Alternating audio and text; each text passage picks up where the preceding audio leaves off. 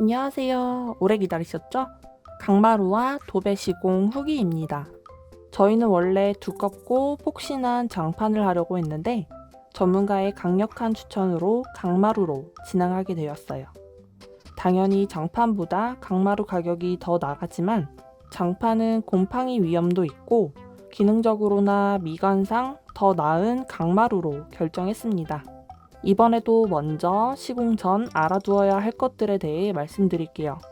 시공 순서는 보통 이렇다고 합니다. 강마루 시공 시 강마루 먼저 시공 후 도배를 하는 것이 좋고요.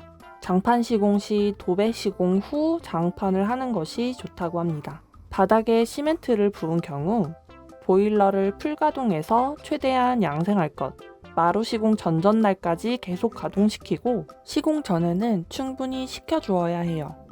일전에 철거 때 거실 확장을 하느라 보일러 배관을 연장해서 시멘트를 부었죠. 강마루 시공을 하려면 새로 부어놓은 시멘트 양생을 할 수 있는 최대한 진행시켜야 한다고 합니다.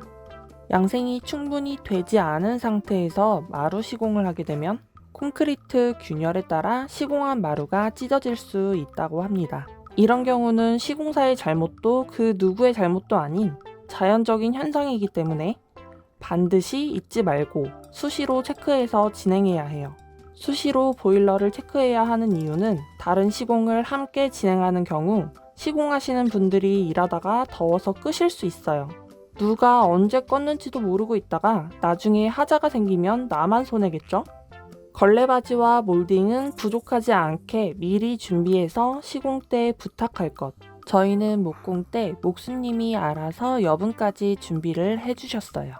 심지어 거실 샤시 부분이 높이가 다른데 이 부분도 놓치지 않고 길이를 재서 알맞은 크기로 주셨습니다. 퍼티로는 커버에 한계가 있다는 것을 알아야 합니다. 퍼티는 벌어진 틈새를 메꾸거나 패인 곳을 채우는 접착제입니다. 도배 결과가 잘 나오도록 벽지를 붙이기 전에 하는 기초 작업인데요. 원래 집 컨디션이 안 좋거나 전에 했던 다른 시공들에서 마감이 잘 되어 있지 않으면 퍼티를 아무리 신경 써서 한다고 해도 커버에 한계가 있기 때문에 도배가 마른 후 속에 뭐가 든 것처럼 볼록 튀어나오거나 주리가 있어도 도배하자라고 볼 수 없어요. 저도 몇 군데 그런 부분들이 있는데 이걸 알기 때문에 이 정도만 한 걸로도 감사해하며 살고 있습니다. 시공으로 넘어가 볼게요. 마루입니다. 대부분 현장이 아닌 인테리어 대리점에서 제품을 골라야 하는데 제가 진행한 곳은 실제 현장에서 채광을 보며 샘플을 고를 수 있어서 좋았어요. 상상을 하며 고르는 것과 직관적으로 보면서 고르는 것이 아무래도 시간적으로나 결과적으로도 더 나은 선택을 할 수 있기 때문에 좋았습니다. 실제 집안에서 보니 더욱 다크하고 우디한 컬러가 더 잘 어울려 이 제품으로 고르게 되었습니다. 시공은 하루 소요되었습니다.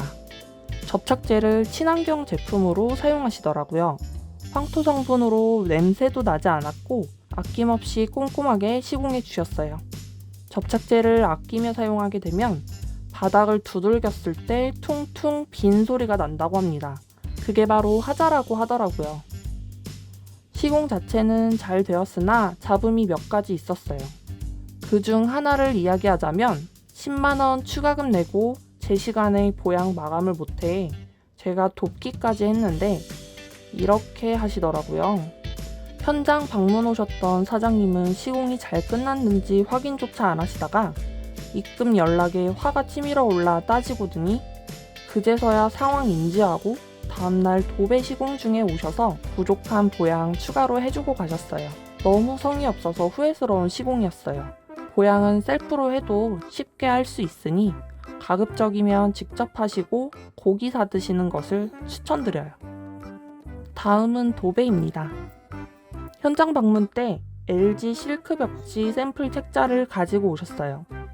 저희 집은 현관 쪽 양 방이 해가 잘 들지 않아 항상 어두워요. 그래서 밝은 화이트로 해야 적은 빛으로도 전체적인 분위기를 밝게 할 수 있기 때문에 처음부터 페인팅 느낌의 화이트 계열을 원했어요. 그 중에서도 화이트에 은은한 펄감이 있는 지인 베스티 벽지를 골랐습니다. 아침에 커피를 들고 가니 일찍 도착해서 이미 시공을 진행하고 계셨어요.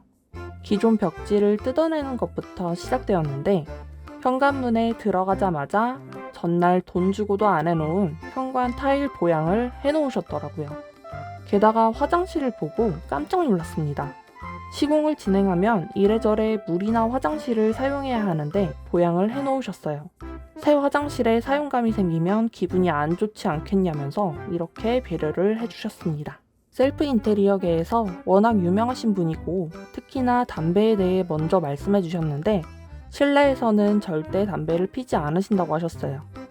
베란다를 말씀드렸더니 베란다도 물론 실내에 포함이라고 하시면서 도배를 할 때 담배를 피면 초배지부터 냄새가 배어서 소비자 입장에서 기분이 좋지 않고 오랫동안 환기를 해서 냄새를 빼야 하는 수고가 발생되기 때문이라고 하셨어요.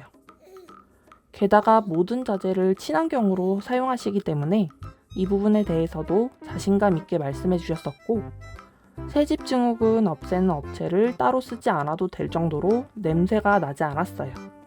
아파트 자체가 단점이 있었던 부분들은 최대한 커버를 해주려고 노력하셨는데 그래도 완벽히 커버가 어려운 부분에 대해 상세하게 설명해 주셨어요. 영상 초반에 설명드렸다시피 퍼티로 한계가 있는 부분들이 바로 이런 부분이에요. 벽 모서리 부분들, 꺾이는 부분들이 딱 떨어지도록 지어지지 않아서 미관상 보기 좋지 않거나 벽 자체가 완만해서 휘는 부분들입니다. 이런 부분은 쫄대로 각을 주거나 초배지를 몇 겹으로 작업해 커버해 주셨어요. 벽지 선택을 너무 잘했고 시공도 완벽했습니다. 집 분위기가 완전히 바뀌었어요. 시공 직후 벽을 자세히 보면 울고 있는 자국들이 보이시죠? 이건 처음에 벽지를 붙이고 나서 있을 수밖에 없는 자연스러운 현상이에요. 벽지는 모든 면이 아닌 끝부분에만 풀을 바르는데 서서히 마르면서 벽지가 팽팽해지고 울고 있던 부분이 모두 사라지면서 예쁜 벽이 된다고 하셨어요. 이 땡김의 정도를 정확하게 파악하고 시공해서 벽지와 벽지의 이음새가 표시나지 않도록 하는 것이 기술이라고 들었습니다.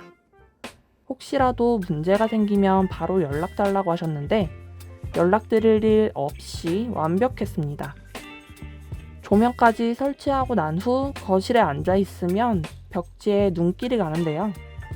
갤러리처럼 고급스럽고 펄감이 별처럼 반짝거려 선택을 정말 잘했다고 생각해요. 재택근무로 매일 집에만 있는데 그냥 힐링이 됩니다.